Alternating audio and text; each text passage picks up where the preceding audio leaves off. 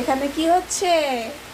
এখানে হয়েছে mutton, mutton কষা বা মাটন তরকারি দই দিয়ে করা হবে।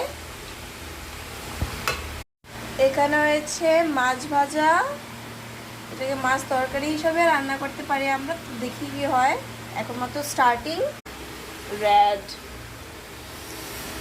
এটা কিন্তু কোনো কালার দেওয়া হয়নি, এমনিতেই কষা হওয়ার পরে এরকম লাল লাল হয়ে গেছে।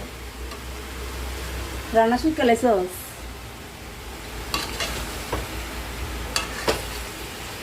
এখানে ডাল হয়ে গেছে, তবে ঘিটা একটু গরম হচ্ছে। আহ, শুভ বিজয় সবাইকে। তো আজকে আমরা কি খাচ্ছি দশমীতে? এখানে হয়েছে মাটন কষা, এখানে হয়েছে মাটন গ্রেভি তরকারি, এখানে হয়েছে একটা ভাজি, এখানে হয়েছে ডাল, আর এটা